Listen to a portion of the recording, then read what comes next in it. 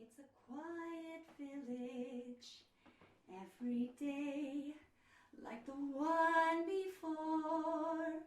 Little town full of little people waking up to say bonjour. Thank you so much for coming to the Palace Library. We've just opened up, and so we truly appreciate your patronage. Yes, my name is Belle. I am the manager of the Palace Library, newly established. Yes, technically Princess Belle, since I am married to Prince Adam, but I have to tell you, I don't think of myself so much as a princess as a bibliophile, a book enthusiast, a librarian extraordinaire.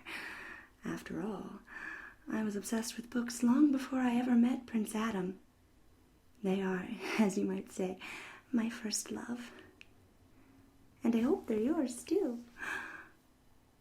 So tell me, we have quite a wide selection here. Is there any particular genre that you're interested in? Checking out the books is free.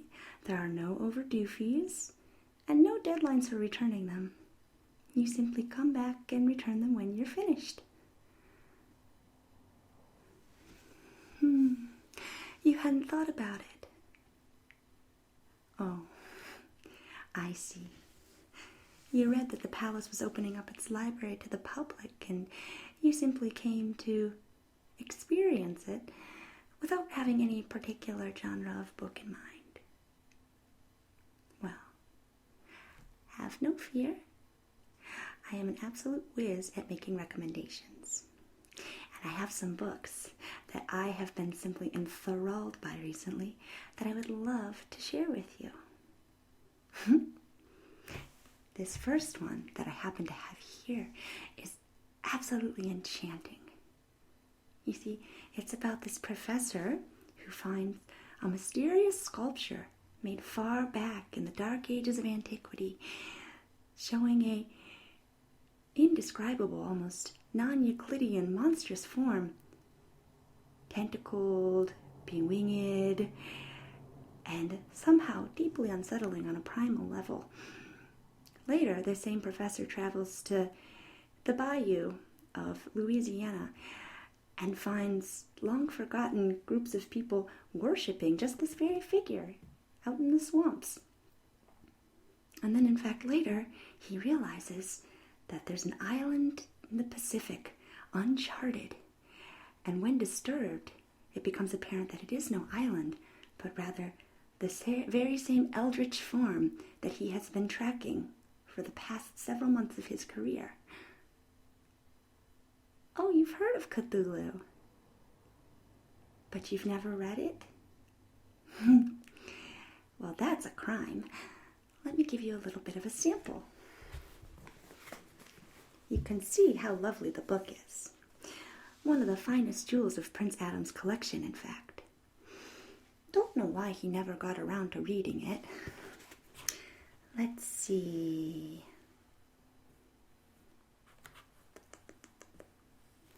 Page 355.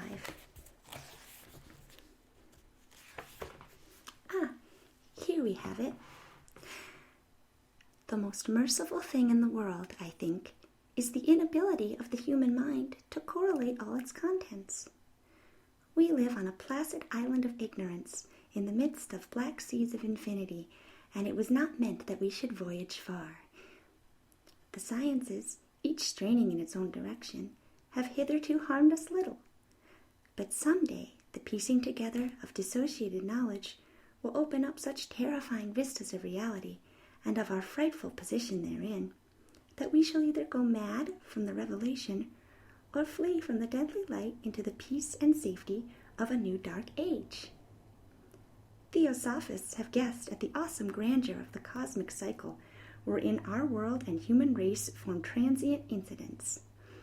They have hinted at strange survivals in terms which would freeze the blood if not masked by a bland optimism. But it is not from them that there came the single glimpse of forbidden eons, which chills me when I think of it and maddens me when I dream of it. That glimpse, like all dread glimpses of truth, flashed out from an accidental piecing together of separated things. In this case, an old newspaper item and the notes of a dead professor.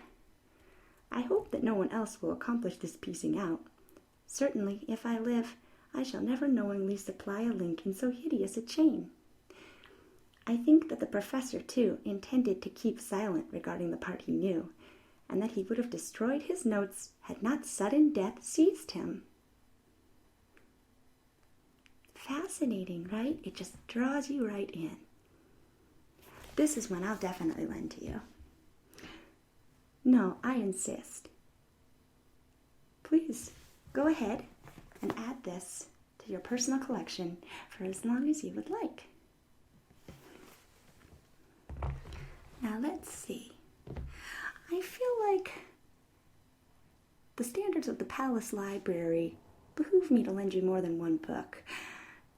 Traveling all this way through a wolf-infested forest to take home but one tome seems sort of inefficient. We have a reputation to uphold, so I am going to suggest some additional literature for you to enjoy. The next we'll take a look at is the Haster Cycle. Tell me, have you heard of a near-forbidden play called The King in Yellow? You haven't. Well, that's a very good thing, seeing as reading the play drives folks to madness, suicide, or worse. Yes, it's an old play of unknown provenance regarding a masked ball wherein the attendees encounter a dark, malicious, and supernatural character called the King in Yellow. The King in Yellow hails from the lost city of dread Carcosa, and to wear his sigil is to become his thrall. In one of the tales in this book, in fact, the narrator finds the King in Yellow's very old golden jeweled diadem, and what ensues is almost too diabolical to relate. Here, let me read you a passage. One morning, early in May, I stood before the steel safe in my bedroom, trying on the golden jeweled crown. The diamonds flashed fire as I turned to the mirror, and the heavy beaten gold burned like a halo about my head. I remembered Camilla's agonized scream, and the awful words echoing through the streets of Carcosa. They were the last lines in the first act, and I dared not think of what followed. Dared not, even in the spring sunshine, there in my own room, surrounded with familiar objects, reassured by the bustle from the street and the voices of the servants in the hallway outside. For those poisoned words had dropped slowly into my heart, as death sweat drops upon a bedsheet and is absorbed. Trembling, I put the diadem from my head and wiped my forehead. But I thought of Hastur and of my own rightful ambition, and I remembered Mr. Wilde as I had last left him, his face all torn and bloody from the claws of that devil's creature, and what he said. Ah, what he said. The alarm bell in the safe began to whir harshly, and I knew my time was up. But I would not heed it, and replacing the flashing circlet upon my head, I turned defiantly to the mirror. I stood for a long time, absorbing in the changing expression of my own eyes. The mirror reflected a face which was like my own, but wider, and so thin that I hardly recognized it. And all the time I kept repeating between my clenched teeth, "The day has come, the day has come," while the alarm in the safe whirred and clamored, and the diamonds sparked and flamed above my brow. Later, he receives a visit from a friend, who tries to encourage him to leave the house, and ceased his incessant, fretful reading of forbidden tomes. "See here, old fellow," he began, "I've got something to suggest to you. It's 4 years now that you've shut yourself up in here like an owl, never going anywhere, never taking any healthy exercise, never doing a damned thing but poring over those books up there on the mantelpiece. He glanced along the row of shelves. Napoleon, Napoleon, Napoleon, he read. For heaven's sake, have you nothing but Napoleons there? I wish they were bound in gold, I said. But wait. Yes, there is another book, The King in Yellow. I looked him steadily in the eye. Have you never read it? I asked. I? No, thank God. I don't want to be driven crazy. I saw he regretted his speech as soon as he had uttered it. There is only one word which I loathe more than I do lunatic, and that word is crazy. But I controlled myself and asked him why he thought The King in Yellow dangerous. Oh, I don't know, he said hastily.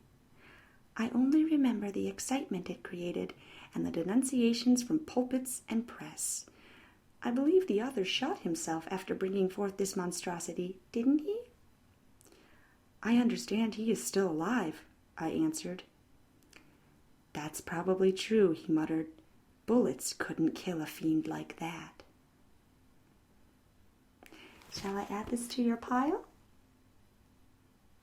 Good, good. I think you'll find it most enjoyable.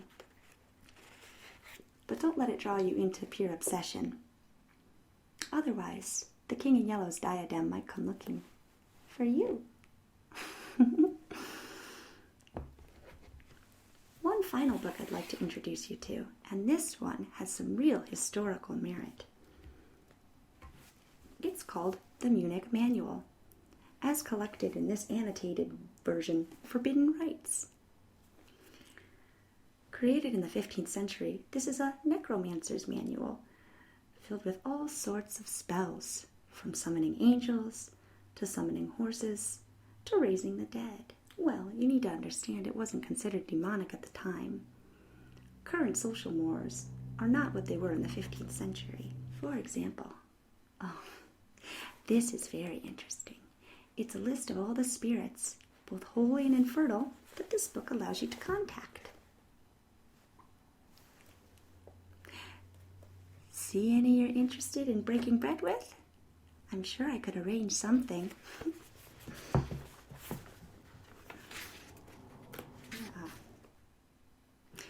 There are a good deal of rather quotidian, pedestrian spells in here aimed at addressing everyday wants and needs, but I think we should try one of the juicy ones, don't you?